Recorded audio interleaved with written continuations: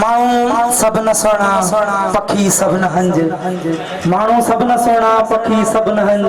कंहिं कंहिं माण्हूअ मंझ अचे बोए बहार हक ऐं सच जे अलंबरदार सचल प्रेस क्लब जे सदर माजिद अली कलवड़ के गुज़ारिश आहे त उहो स्टेज ते अचनि ऐं दोस्तनि सां पंहिंजा वीचार वंडनि छो त ही मां नोट कयो आहे ॾिठो आहे ही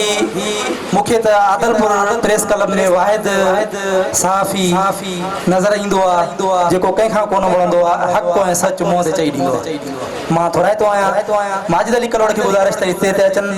ऐं पंहिंजा वीचार वंडनि। माजिद अली कलवड़ साहब।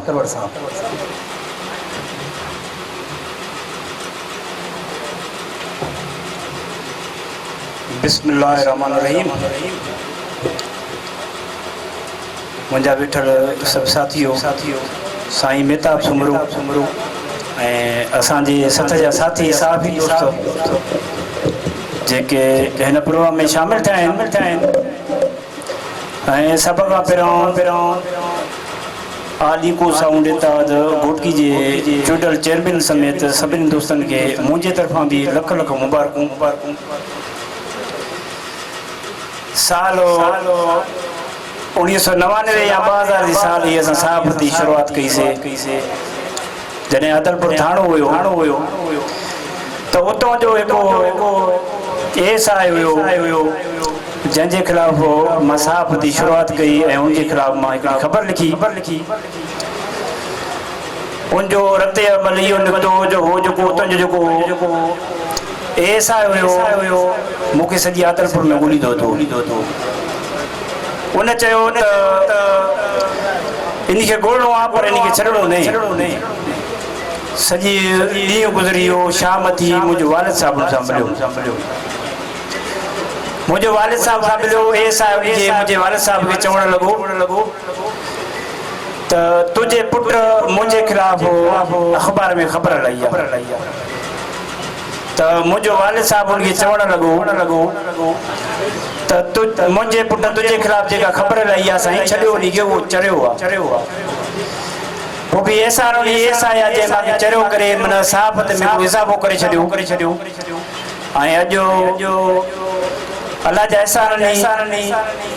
पंहिंजी पाक साफ़ सां सुञातो वञा थो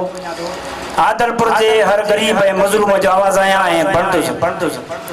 मां पंहिंजे कलमी पोरियो कयो आहे ऐं हक़ सच जी राह ते कंदो रहंदुसि।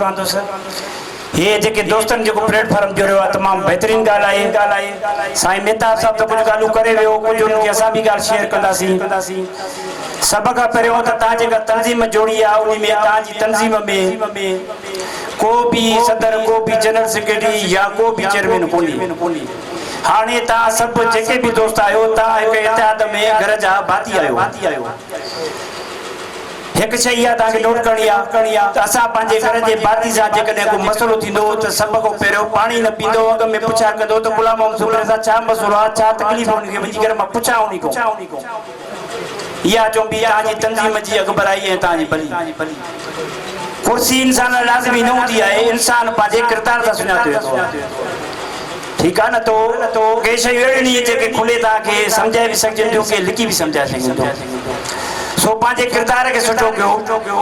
ज़िंदगी में अहिड़ी तरह रहो जो माण्हू तव्हांजी ज़िंदगीअ ते ॻाल्हाइनि ऐं तव्हांजी मौत ते रोइनि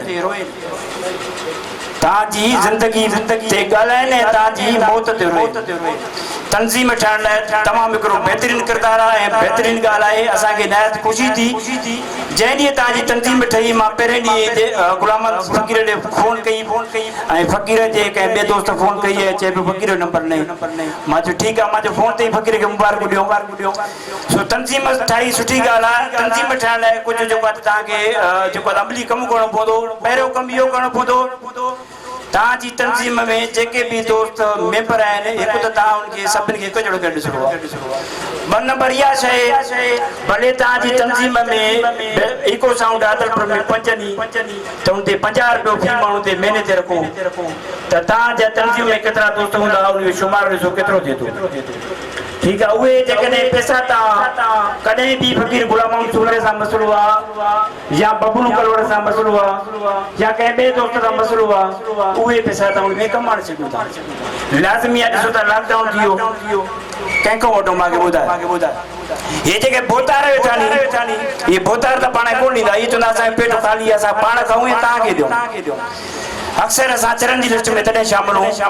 ऐं चरिया तॾहिं सॾिया वेंदा आहियूं त असांखे इहो निज़ाम क़बूल न असां इन निज़ाम खे चवंदा आहियूं बदबूदार निज़ाम असां उन उस्ताद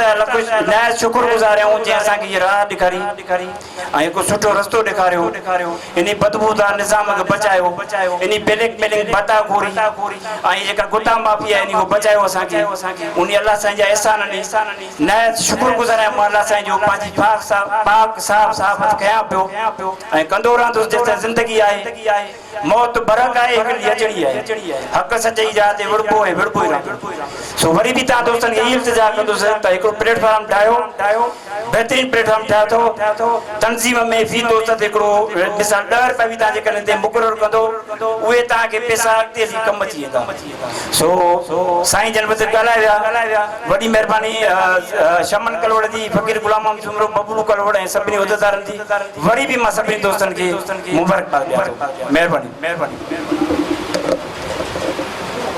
थोरा मुंह ते मारो अड़नि जा